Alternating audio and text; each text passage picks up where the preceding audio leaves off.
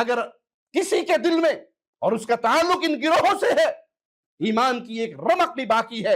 رسول اللہ صلی اللہ علیہ وسلم اور باقی انبیاء کی محبت کا کوئی ذرہ بھی باقی ہے، تو ان خباثتوں کو دیکھنے کے بعد، ان کتابوں کو پڑھنے کے بعد، ان ظالموں کے جملوں کو سننے کے بعد ہم انہیں دعوت دیتے ہیں اسلام کی طرف لوٹ آؤ، قرآن کی طرف لوٹ آؤ،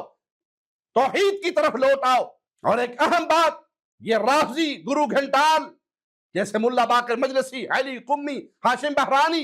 اور ان جیسے بہت سارے دیگر ملحد یہ جھوٹا پروپیگنڈا کرتے ہیں کہ ام المؤمنین عائشہ صدیقہ رضی اللہ تعالی عنہ کے ساتھ جمل کے موقع پر محرم ساتھ نہ تھا۔ یہ ان کذابوں کا بہت بڑا جھوٹ ہے، کیونکہ اس سفر میں ان کے ساتھ ان کے سگے بھانجے اسماء بنت ابی بکر اور زبیر بن عوام کے سگے بیٹے عبداللہ بن زبیر رضی اللہ عنہما ساتھ تھے۔ بھانجے کا محرم ہو رہا قرآن کی آیت سے ثابت ہے، اسی قرآن مجید سے جسے اہل اسلام رب کی آخری کتاب اپنی اصل شدہ حالت میں مانتے ہیں، اور یہ رافضیوں کا گروہ اسے محرف مانتا ہے اور اپنا اصل قرآن 12ویں کے پاس غار میں سمجھتا ہے، حالانکہ 12ویں کی پیدائش میں خود ان کا آپس میں سخت اختلاف ہے کہ پیدا ہوا بھی یا نہیں۔ آخری بات، جمل میں سیدہ عائشہ رضی اللہ تعالی عنہ پہنچی تھی، سیدنا علی نے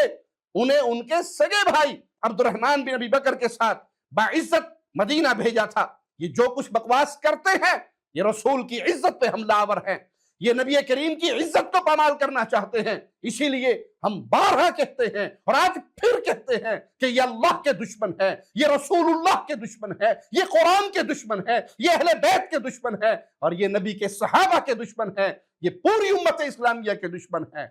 ہم پھر دعوت فکر دیں گے ان ظالموں کے سٹیجوں پر بیٹھ کر ان کے ہاتھوں کو چومنے والے، ان کے سٹیج کی زینت بننے والے، چند ٹکڑوں کے بدلے اپنے ایمان کو بیچ کر ان کی تعریفوں کے پل باندھنے والے اور ان کے ساتھ محبت کی پینگیں بڑھانے والوں، تمہارے دل میں کوئی نبی کی عزت ہے؟ تمہارے دل میں کوئی عائشہ کی عزت ہے، مومنوں کی ماں کی عزت ہے، حفصہ رضی اللہ تعالی عنہ کی عزت ہے؟ تو غور کرو، تمہاری ماں کو کوئی زانیہ کہے، اس کے ہاتھ چومو گے، اس کو گلے لگاؤ گے، اس کے ساتھ ایک سٹیج میں بیٹھو گے؟ اور جو مومنوں کی ماں، کائنات بھر کے مومنوں کی ماں پر یہ تہمتیں لگائے، تمہارا ایمان کہاں مر جاتا ہے جب تم ان کی محفلوں کی زینت بنتے ہو؟ توبہ کرو اس جرم پہ، معافی مانگو اللہ سے اور اصل اسلام کی طرف لوٹو۔ اور اصل اسلام یہ ہے کہ ان ظالموں سے برات کرنا مسلمانوں پہ واجب ہے۔ اقول قولی ھذا واستغفر اللہ لی ولکم ولسائر